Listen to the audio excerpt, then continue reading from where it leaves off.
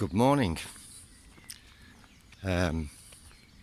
So here's the thing, when I go for walks and go to the thinking tree, or even don't go to the thinking tree, just go for walks around here where I live,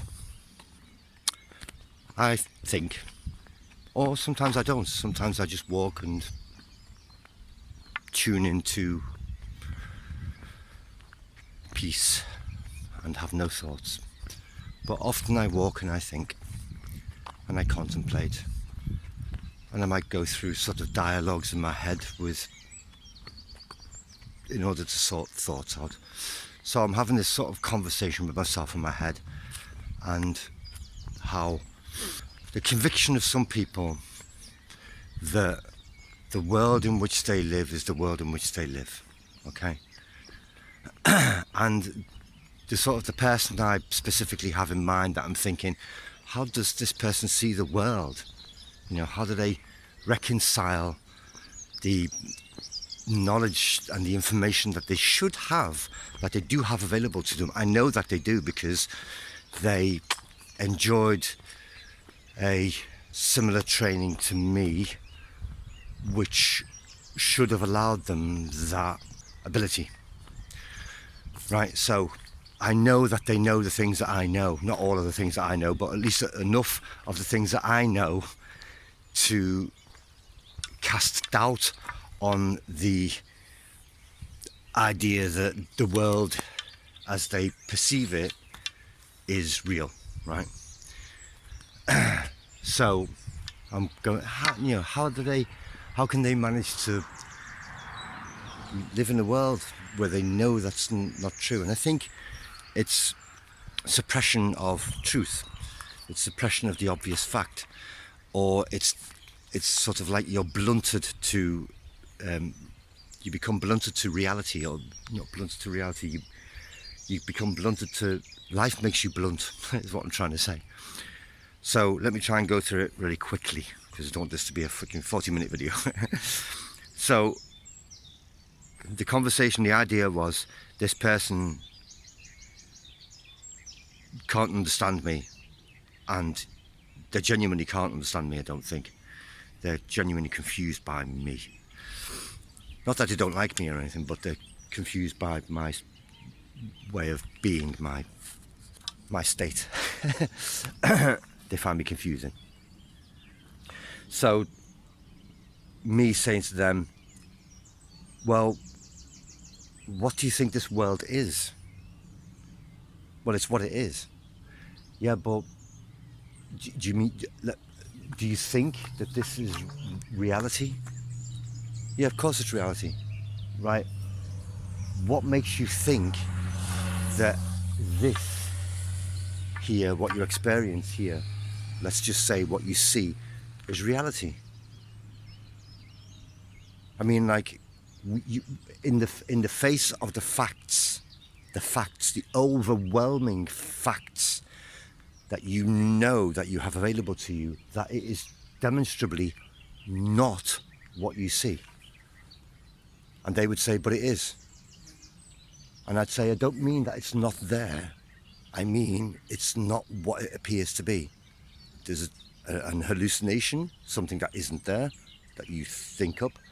And then there's an illusion, something that is there, but is not what you think it is. Like an optical illusion, you know? Something that appears to be a Necker cube, for example, something that appears to be something else. And they would say, yeah, but it is real. And I'd say, no one is saying that there isn't a reality. What I'm saying is, this reality is not it, demonstrably, right? And you have the information that lets you know that. How do you manage to avoid that information every single day of your life? How do you manage to walk through life and discount all of the information that tells you this is not real, and live this banal, not boring life, but a banal life where it's just the way it is? And I think it's because they're blunted to life. So the conversation goes on. He would say, but you're just bonkers because it is real. And I'd say, okay, right, well, you're convinced that it's real. I'm convinced that it's an illusion. I know I'm right because I have all the facts on my side. So instead of asking me why I think that it's an illusion, let's go to you and give me your best reason for thinking that it's real. The very best reason that you have. 200 years of scientific inquiry into physics, into the reality of existence and so on. Give me your very best reason for you thinking that this is real.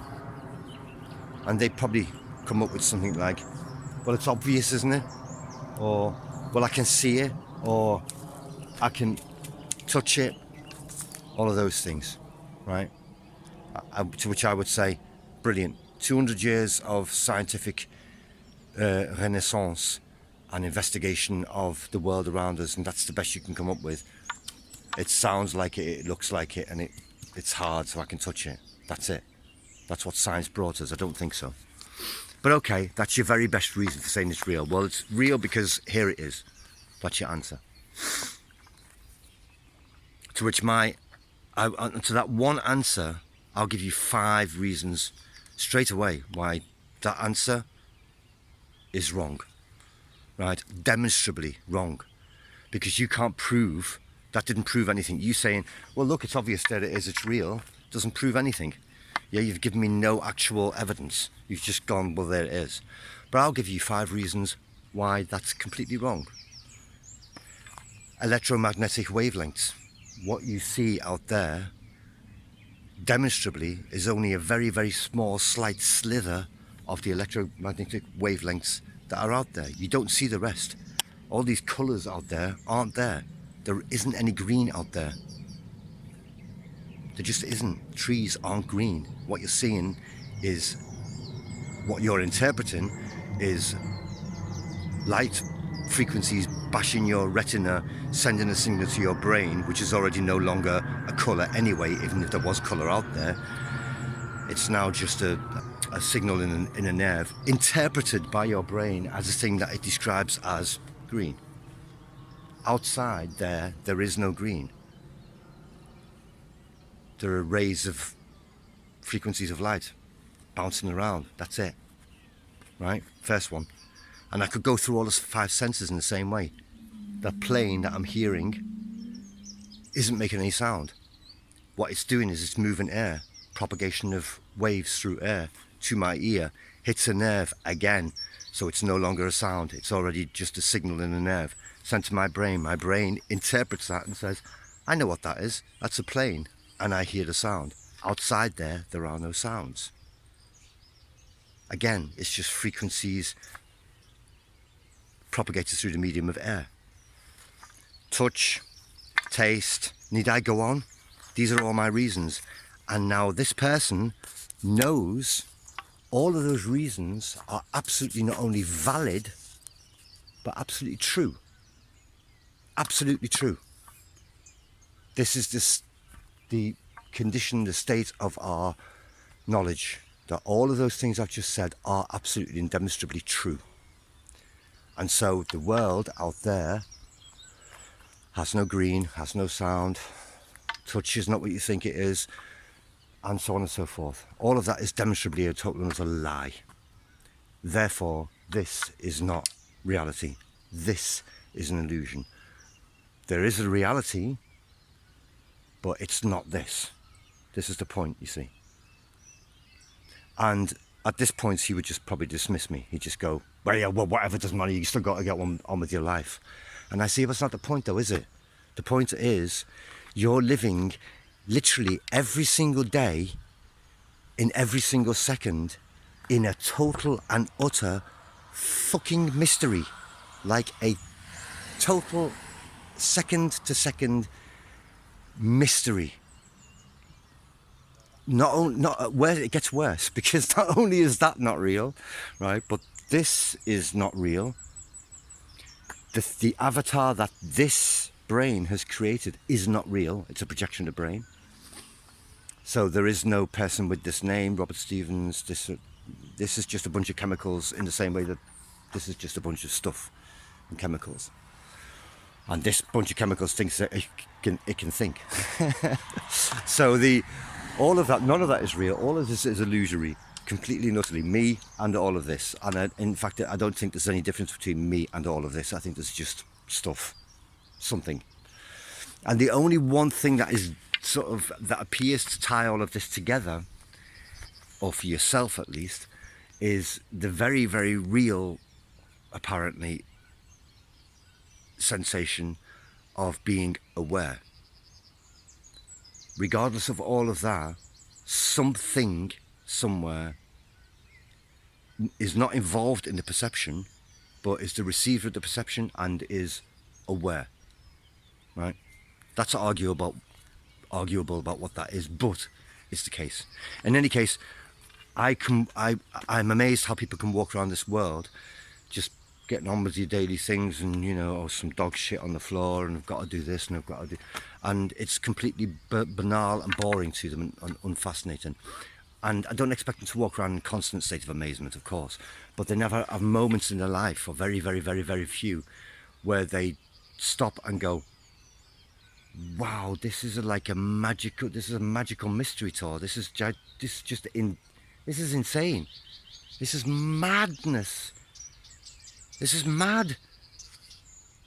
All this stuff that appears to be here, and me that appears to be, and it's obviously not. That is mad. That's how you should be walking through your life. Every single second, in a constant state of fascination of what an insanely mysterious world you're walking around in. And what is fascinating to me is that people don't do that. Is that people walk around going, oh yeah, bought myself a Ford B768, the ones with the 5-door, just total rubbish, as if this was all real. And I think it's because we get used to the mystery from the beginning on, when we're born, and we're given a name, and we accumulate, our brain starts to accumulate information and build its personality, its avatar, this thing, and then walks through the world thinking that that's what it is, that it becomes blunt to the mystery, even though the facts are staring you literally in the face every single day. And yet some people go through a whole existence where they never have that experience of, wow, not once. That is bizarre to me, fascinating. And they look at me like I'm mad. And maybe I am, but I think that science is on my side. I think I have the facts on my side. The inspiration to do this video, I mean, I've been walking the whole time, but the inspiration to do this video just came from this one simple experience here. There's some bushes here with flowers on, which are really nice. And I walked to this point and stood right here,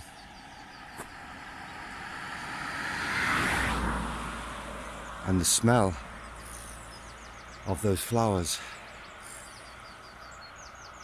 is incredible, absolutely incredible. So I'm standing in a fog of chemicals that they are giving off, right? And I can't see the fog, but as soon as I walk out of it, it's gone. Walk back, there it is. So I'm literally walking through a cloud of chemicals that plant is putting out that I can't see, but I can perceive as an odor, a smell, a beautiful smell. And then it occurred to me that what's actually happening is, here stands a bunch of chemicals with accumulated knowledge. Here stands a bunch of chemicals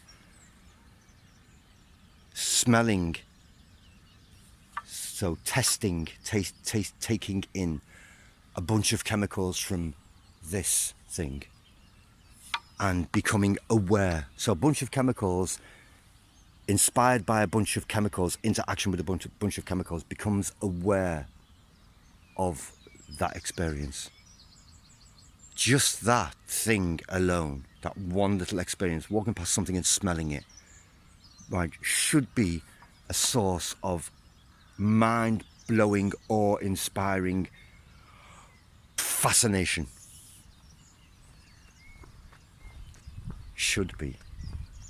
And yet we walk through our days, our lives, as if it's just nothing, as if it's normal, without even questioning the very obvious, the very, very obvious, demonstrably true fact that none of this is real, or none of this is as it seems. And then the question that should follow that fact, then what the hell is this?